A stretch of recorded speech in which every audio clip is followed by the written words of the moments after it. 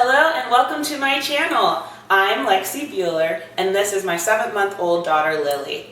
This is our first video! Yay! We recently moved out here from Southern California to the Louisville area. I'm a brand new stay-at-home mom and I will be sharing with you one of my new adventures, which is motherhood and taking care of this little angel. And I'm actually going to be discussing how to make your own organic baby food in purees.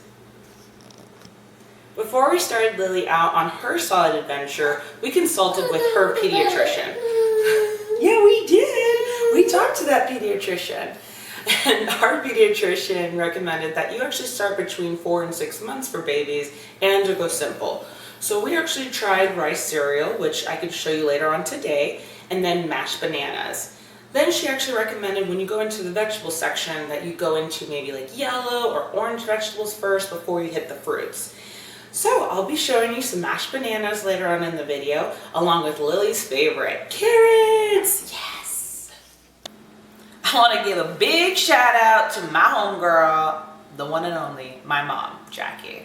She actually got me started on this whole organic baby food process and sent me this book, The Big Book of Organic Baby Food by Stephanie Middleburg, and I found it extremely helpful and useful being a first-time mom.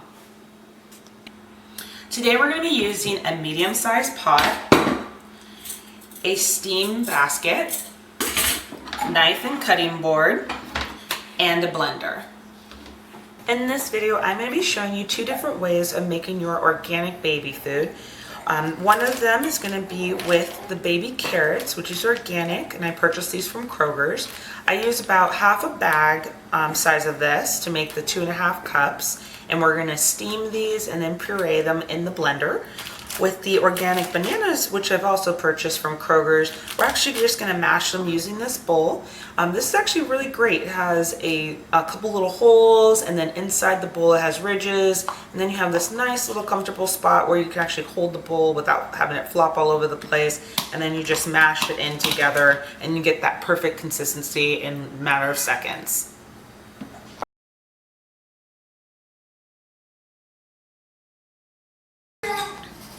So now we're going to check on the carrots. This is about 2.5 cups, and they've been boiling for about 4 minutes, or actually steaming for about 4 minutes. And I have mine on high, and my temperature for the electric stove is a 10.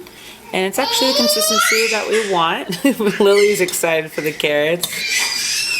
And at this point, we're going to turn off the stove and make sure that we move it over to the blender. Now we actually have the carrots ready to go into the blender. I'm just using a spoon, dumping them in there. And once I have a good amount, what I actually like to do is use the water that's actually in my pot to start the consistency I want, which is a little more like a slushy.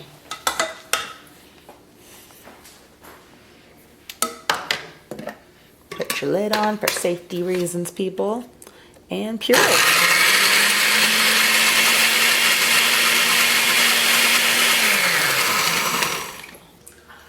Alright, so I actually got the perfect consistency that I wanted, which is nice and smooth. And now I'm going to put them in the jars I purchased on Amazon, which is Sweet Sprout. These are actually great. They're glass. They have the measurements on the sides, so I always fill them up to about 2 ounces, so I know exactly what I'm feeding Lily every day. And you can store them in the refrigerator for 2 to 3 days, or you can put them in the freezer up to 3 months. So I'm just going to use a spoon, kitchen spoon. Nice consistency. And now I got my carrots ready to go, and voila. So now we have everything jarred up. That was 2.5 carrots cooked, or actually steamed, And then we put them in the jars, which is 2 ounces each. I just got some regular labels that you can pick up at any either grocery store, Target, Walmart, or an office store. And I'm actually just gonna put the labels on each one and make sure that I put the ingredients of what is in here. So in this case, carrots, and then today's date. And I'll store them in the freezer.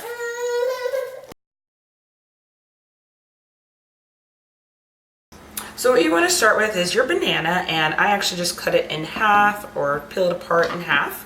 Then you just start smashing it against the ridges on the inside of the bowl. And you just kind of mooch it up around. And this is really simple and easy.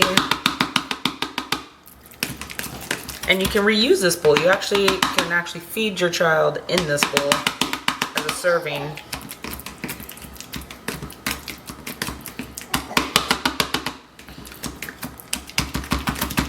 And that took me just a matter of seconds to get the nice consistency that we wanted. And then we'll just put the next part of the banana in and just smash it. It's just a handy tool. And this actually came with a set from Amazon. I have 4 spoons, silicone spoons that we use for feeding. And it also came with some pacifiers, which are good for teething.